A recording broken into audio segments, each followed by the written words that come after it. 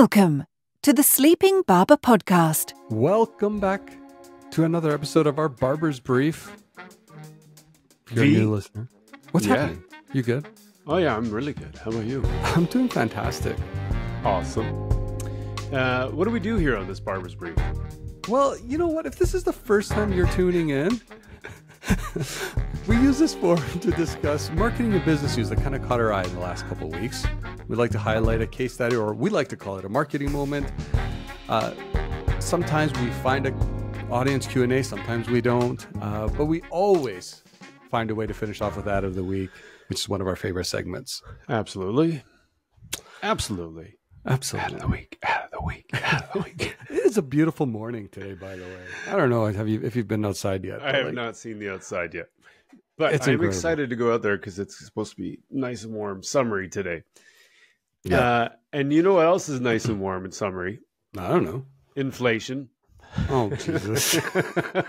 Better bring a guy down. I'll get all the fuzzies about inflation. Oh, yeah. Well, so here's our first story. So from Marketing Week, I found an article about consumers are still feeling the squeeze despite falling inflation. We've all seen this. We were just talking about, you went out for lunch for a couple appies and it was like $50 for almost nothing. It's insane. I know. So inflation is coming down. Some of the prices are coming down. But they're still really high. Like they're coming down from a crazy high. Yeah. And so there's this article talking about nearly half of consumers are looking for money off vouchers. It's a really short story. Everyone can kind of like people are doing more price shopping, more price comparisons. Yeah. The thing I thought was most interesting is that 55% of consumers say they'll gladly switch brands to make use of a coupon. 100%. Up significantly, like 52% from last year. Totally. So funny, we keep talking about loyalty, and it's that we keep using that word. It might not. Why do you keep using that word? It seems it's that line from Princess Bride. I don't think it means what you think it means. Well, I think loyalty is like you can be loyal to a low price. Yeah, a price. So that's point. what I'm loyal to. Yeah, I'm loyal to finding the lowest price possible. Yeah, that's where my alliance is, or my allegiance is. Yeah, and there's that idea of satisfying. There's a threshold that consumers are willing to go to, to find the optimal product. It's not always the best product, right? That's such a great point. Yeah, and I've heard anecdotally from other people in different industries that's a big thing. But it's not affecting all areas and all segments equally. Like I know travel isn't as being challenged as much as, say, grocery, let's say. Yeah. That's a good point. Well, because I think people are saving so they can travel, because that's, I don't want to say it's a necessity, but obviously if you have an opportunity to travel, it's, like you going do it for yourself. Going to Greece or something like that. Exactly. Yeah. Exactly. Yeah. Who's going to Greece? I am. Anyways. All right. So I found TikTok tightens teen and ad targeting and boosts AI transparency. So in a recent update that includes stricter rules for targeting ads towards teenagers and increased transparency regarding AI usage, these changes by TikTok aim to protect their privacy and enhance disclosure on the platform, aligning with what many platforms are doing in the industry right now, so like Meta, etc. Some of the key changes are U.S. advertisers can now only target teens using broad options like location, language, and device info. Users gain more control over ad interest and off TikTok data sharing, new AI generated content labels for ads. Some things to consider, kind of watch out if you are an advertiser in the US right now, is obviously how these changes can actually impact your advertising and whether they can influence user trust and engagement on the platform. So while as a consumer, I think this is great. As an advertiser, you have less of those levers that you probably could have pulled in the past. Now you have to go back to more of the broader reach audiences, which again, I don't think it's a terrible thing if I'm being completely honest. But yeah, it's good to see that even TikTok's kind of going more in the privacy side of the pendulum there. Yeah, it's funny. I was listening to a work podcast the other day, and I think it was the person from Bloomberg that runs the media divisions over there. They were talking about how, what's old is new again, and how back in the day when it was just TV, when TV was TV, Yeah. there was never an issue with brand safety. Like that was not a thing because So true. everything was protected, like had gone through, journalistic integrity and doing all that kind of stuff. So I love that there is this growing trend towards like, let's do things right. Let's put labels on content. Totally. Let's protect teens, those, like, it's just good. It's just the right thing to do. Yeah. Yeah. What do you have next? Well, the other right thing to do is to be market oriented, V. It is. Yeah. As opposed to, say, production, sales, or product oriented. Apple is learning this lesson again. I'm reading it right now. Yeah. So My Apple's God. Vision Pro $1.4 billion failure shows the importance of market orientation. So this came from the Drum. Apple recently cut sales projections for the $3,500 Vision Pro headset from 800,000 to 400,000 units. It's amazing tech, but apparently nobody wants it. And it's interesting to me because Apple is usually the company people go, oh, they get it. They know how to do products. They know how to make products that people want. And Steve Jobs' famous line is that a lot of times people don't know what they want until you show it to them. And it's been used as a rally cry for a long time for people saying you don't need to do customer research. The other one would be from Henry Ford. If I asked customers what they wanted, they'd say a faster horse. They still want to have a horse. Those kinds of things. And so really interesting article. The author goes on to say that Apple fell into the trap that so many others do, that they focused way too much on product and not enough on the customer. And it comes back to some of the things that you and I have written about and talked about a few times, but this idea of business orientations for the company. The author of the article talks about how important it is to find a market oriented company and how it's not just like an accident, it's an intentional thing. It's intentional. Yeah. And even Apple can stray from that because I think they were market oriented to begin with. And even I recently watched the Steve Jobs video where he's talking about, you start with the customer need first and you work backwards to the product from there. Right. And so there's, product orientation, sales orientation, production orientation, and then there's market orientation. Starting with market orientation is really critical because you start with the customer need, not the thing you made or the sales numbers you got to hit or your production capacity.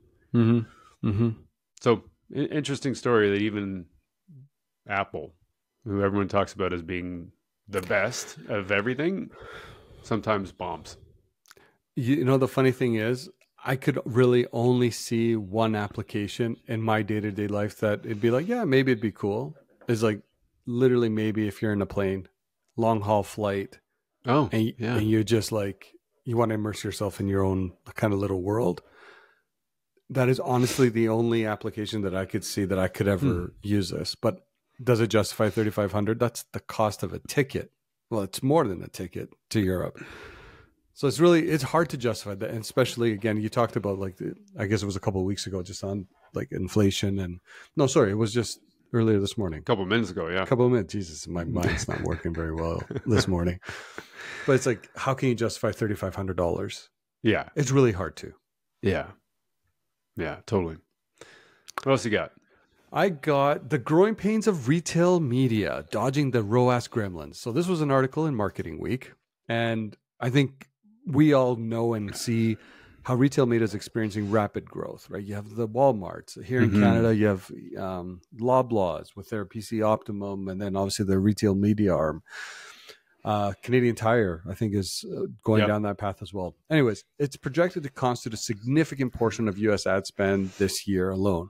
Yeah. This type of advertising leverages retail's platforms to target consumers based on their purchase behavior. So again, it's these retailers now are essentially giving their first-party data, if you will, kind of opening it up to advertisers to help with some of that targeting. Because again, the cookie deprecation, people are looking for more robust audience segments, data to make sure you can still relatively target people as best of your ability. And so essentially they're offering a closed loop approach where ad spend can be directly linked to sales. So it kind of sounds like a win-win.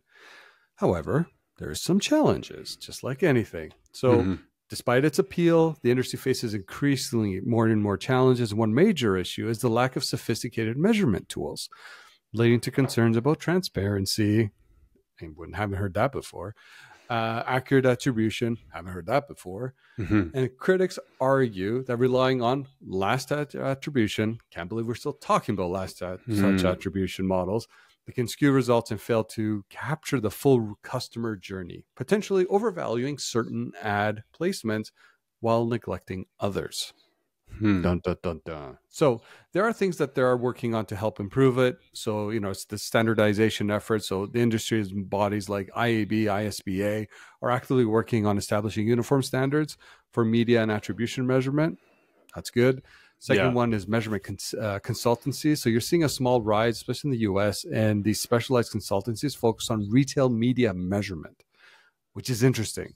Now, these firms aim to offer independent, comprehensive insights into campaigns' effectiveness beyond simple ROAS.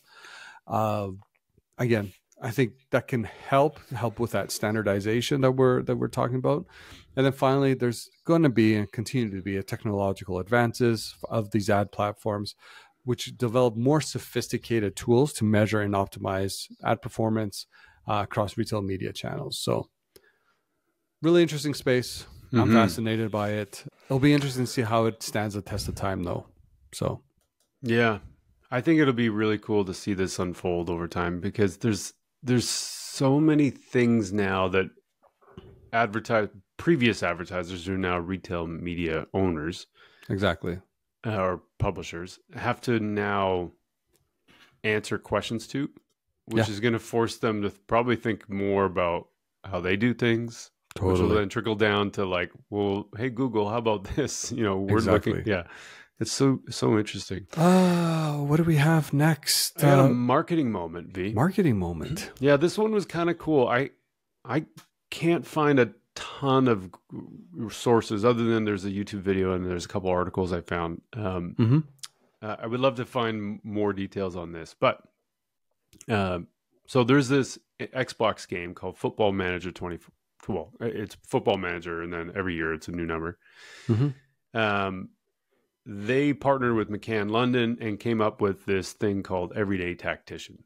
So it ended up becoming like a recruitment tool for hiring the new manager, so to speak, for this football club in Europe called Bromley. Wrexham?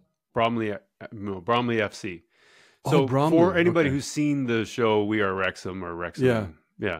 It's kind of like that. They're one of those teams that were in the lower divisions. They're, at a huge disadvantage, because when you're in the lower divisions, you don't get that much money. When you go up a division, you get huge amounts of revenue share opportunities. Which means you can afford better players, which means you can afford better coaches, and you can get, all those things. And so Bromley had been in the lower leagues for 132 years. A long time. They paired with Xbox to recruit talent for using this new Football Manager game. And so it's not, the game itself is not like a game like where you control the players on the video game. It's you as a manager. It's like fantasy football.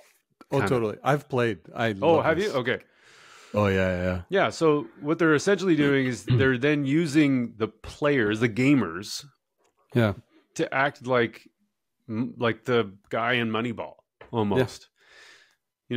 Based on your predictions, here's what you would do, and here's how you manage the players and do all that kind of stuff. So they filmed the documentary. They put announced it over everywhere, put it on social. Some of the results of this are that they ended up hiring a guy named Nathan Owalabi,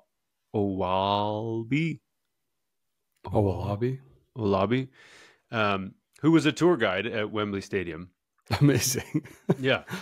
He became part of the team's backroom staff, worked with the club's manager. The campaign won a whole bunch of awards, including the Cannes Lion Grand Prix, which is the top award. They ended up with 1.5 billion impressions in press, earned impressions. Oh, I like this. They had 190% increase in the number of FM, not fantasy manager. What's it called again? Sorry. Football Manager. Football Manager players. Yeah. It was the most played version ever. And at the end of the year, Bromley was promoted to the EFL for the first time. Or EFL 2, because there's like 1 and 2. Wrexham is in 1. Yeah. And Bromley's in 2. That's and so incredible. for the first time in 132 years. That's incredible. It's pretty cool. Like, it's a really... How did I miss this? It's a really... Yeah. I'm not even a soccer football guy. Yeah. This is awesome. Yeah, it was a really cool crazy. story.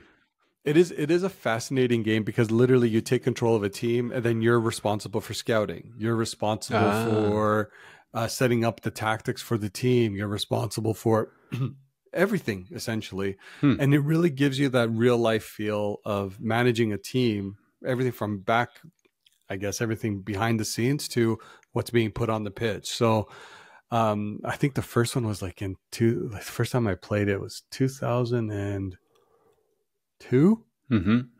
Anyways, so on and off, I'll be like, hey, I'm gonna play some Football Manager again. But anyways, yeah, it's a really cool story, especially for like innovative ways for doing talent recruitment. Like, Strava. I think like we have in cycling, because I know that's a shared passion of ours. But like you see some of these large teams, they actually partner with Strava, and there's like the Strava series that happens. And essentially you having a chance to make the team if you are one of the finalists. So I like how these gaming platforms are actually becoming a gateway into some of these professional tracks. So yeah, well, in some ways it's like American Idol, right? Like just 100%.